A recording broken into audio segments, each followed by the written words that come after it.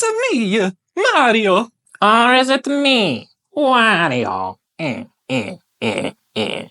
Shut up, you. Who invited this guy? Wah. Anyways, today we're gonna build a rainbow road. Yahoo! Recently, I can't do this the whole time. I am not that bubbly. So I've been going on Temu a bit recently and buying up all the most pointless RGB PC accessories I could possibly find, and some that were practical but super cheap. And until a couple days ago, really couldn't figure out what I wanted to do with it all, and then it hit me. Let's make Rainbow Road. Now, if you're a 90s kid like me, then you definitely know for sure that Mario Kart 64 had the greatest Grand Prix map of all time, Rainbow Road. And today, we're gonna do our best to recreate that. Now, while I wish we could really go all out with this, like a full-on custom case or even like some sort of wall display mount, that would be awesome. But we gotta be realistic, being a brand new channel and a new company and everything coming out of my pocket. But we can still do this on an open chassis and make it look pretty cool and have a lot of fun with it. So that's what we're gonna do. And maybe I even got some little figurines and things to spice it up a bit. We'll see.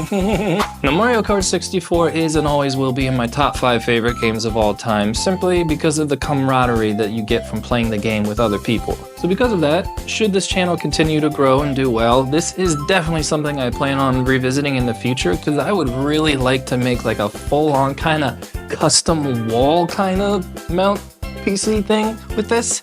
I just really think this is a PC concept that somebody could really have a lot of fun with and make something really, really, really cool if they actually had the equipment to do so. But future dreams aside, let's go ahead and have fun with it anyway. Here we go. Yahoo! Yahoo! Alright, so first thing first, let's actually build a PC. As far as the actual, PC parts for this goes, we're just going to use all the same parts from the sleeper, pretty much, which, full disclosure, sorry if there was anyone out there, that thought I was actually going to leave that sleeper assembled, but, just like I just said about my future hopes and dreams, I don't really have a lot of spare parts. So, that was never going to happen, just like this thing's going to get torn down. While I kind of wish I could have left that sleeper assembled, these pretty much are my only quality spare parts that I have, so can't really do that if I want to keep making these videos, and I think I'm finding pretty fun ways to use them, so I do what I can. I would love for this channel to reach a point where I can do these crazy kind of builds, and then hopefully in the future be doing a lot of kind of giveaway stuff. But, for now, you gotta work with what you got. Read my data. But hey, while we're on the subject, why don't you go ahead and hit that subscribe button down there? Unless you want to be a Wario, or even worse, a Waluigi. Ugh. Be more like a Yoshi. Everybody likes Yoshi. Yoshi! Alright, so now that that's out of the way, let's go ahead and start with our first ridiculous RGB accessory, which is probably, honestly, the most ridiculous. Now, this is supposed to be a fan radiator combo heatsink for an M.2. Oh, they even gave us a nice little screwdriver. We don't need any instructions, do we? But I'll take those screws, though. Thank you.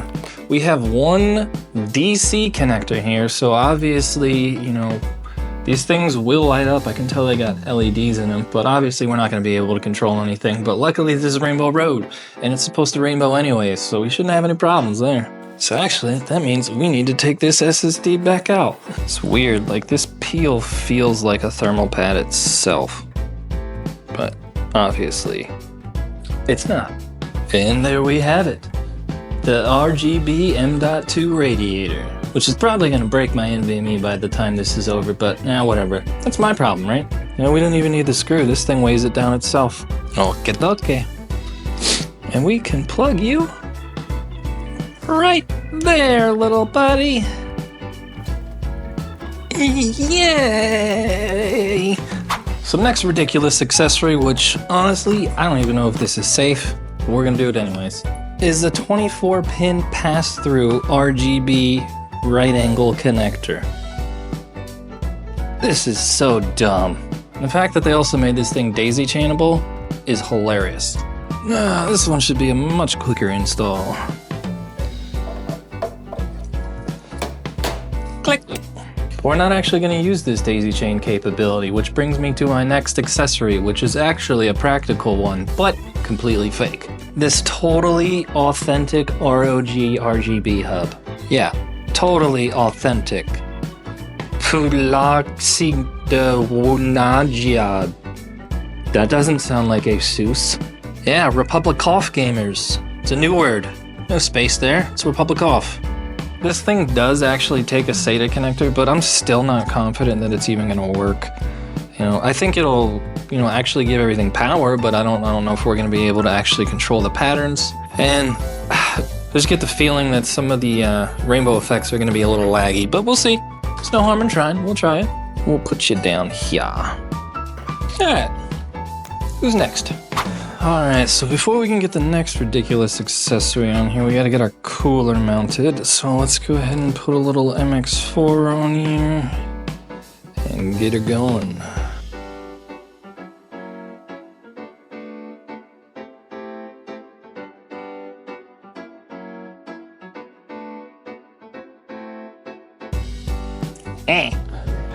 We could put the U right here. And you, right there. Yeah, that stands up pretty well. Nice. Alright, so what kind of RGB contraption could we possibly put on an AIO that already has RGB fans? The tubes, man! So we got these little tubes that just go right around your tubes, and then once again, hooking us up with the daisy chain. We're gonna have to put this on a stand. I'll think of something better later. Man, these things just don't want to go on.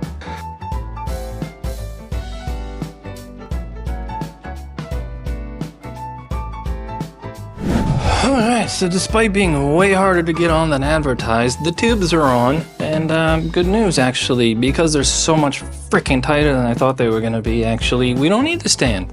It'll stay on. And to take it one step further, those guys, those darn nice guys, they even included some little clips to help it stay on. But like I said, it's extremely tight and it was a pain in the butt, so I don't need those. And now for our last accessory, in my opinion, considering I have some actual real ones in my PC, I wouldn't say they're all that ridiculous, but to some people, they're pretty extra. But what is ridiculous is buying them for like $10 on Temu. So some RGB extension cables, or in other words, strimmers. Now the difference between these and regular strimmers is one, obviously they're cheap pieces of crap, but two, they don't actually plug into anything. As you can see, it just kind of hides your cables back here, but once again, we do get our daisy chain. Nice. Alright, so there's one for our 24 pin. Now if we could only get this thing plugged in. There we go. Oh, that looks so suspicious. Whatever. We're going for it. Will this one be thick enough for our GPU cables? We're gonna need two. And now coming to our GPU here, we get our final accessory. And you're probably wondering at this point, how the heck am I gonna get a GPU into here with this thing sticking out? Well, a universal vertical bracket mount. I would never ever in my life trust an expensive GPU with something that says universal, because as a lot of us know, the word universal usually tends to mean not the one you have. And now to make matters worse, the riser cable also came from Temu. So who knows if we're even gonna get a picture to start with. But we're not gonna be doing any gaming benchmarking on this, so if we have to abandon the graphics card altogether, this is the 7700X with integrated graphics, so we will fire up and we will do some Mario Kart emulation. Alright, so the bracket didn't exactly work as intended, but at least, hey, we were able to make it work with this little support bracket here. We're probably the only one that's ever used a support bracket to vertically mount a GPU. And you all know the backstory of this incredibly dirty 3070, so I'm willing to risk it. And yeah, it's still very dirty, as you can tell. Absolutely not doing anything about that cable management. I wouldn't even want to. I don't think it's safe. Place your bets now. I'm thinking there's no way this turns out well. Oh well, here we go.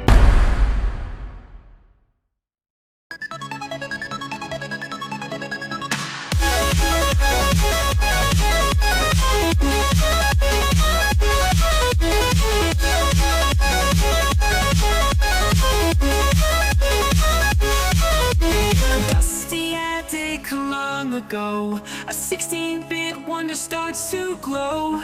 Pixels turn to life, reality bends. Heroes and villains, chaos descends. Streets alive with retro sounds, digital shadows all around. Teens discover the ancient key to when the scramble sets us free. Video games scramble, worlds collide. Heroes rise and shadows hide. In the digital we find our way to bring back peace, save the day.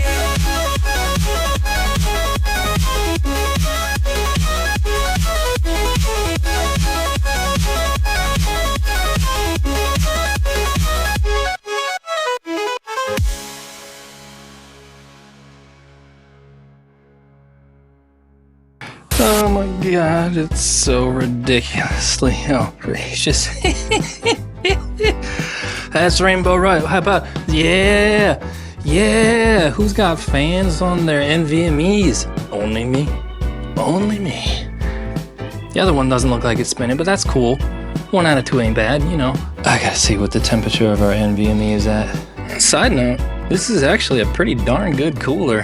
Our NVMe is at a chilly 27 with that stupid little radiator on it, which honestly I don't think it's really doing anything, but it still looks cool. No, it doesn't. But anyways, that's awesome that everything works up and we still got a picture even with that crappy Temu riser cable. Now, I don't know if it's going to give us actual Gen 4 performance like it said, but there's not much difference between Gen 4 and Gen 3 that you're going to notice anyway. Alright guys, that's going to do it for this one. I hope that's a nice little fun one for you. I know I had a lot of fun putting this ridiculous contraption together. You know, I'm actually impressed with all these stupid RGB accessories coming from Temu, that all of them are actually individually controllable in the Gigabyte RGB software. Not bad. Now make sure you stay subscribed because we got some ARC B580s coming in and we're going to do some intensive benchmark tests on that so we can give a true, honest opinion from somebody who isn't sponsored by Intel or any other company as to how those cards actually perform. And because I exclusively play in 1440p, you know we're definitely going to test Intel's claim of being a true 1440p card at only $250. Other than that, let me know how you like Rainbow Road here down in the comments and maybe some other crazy contraptions you might want to see me build. And until then, I'll see you guys next time.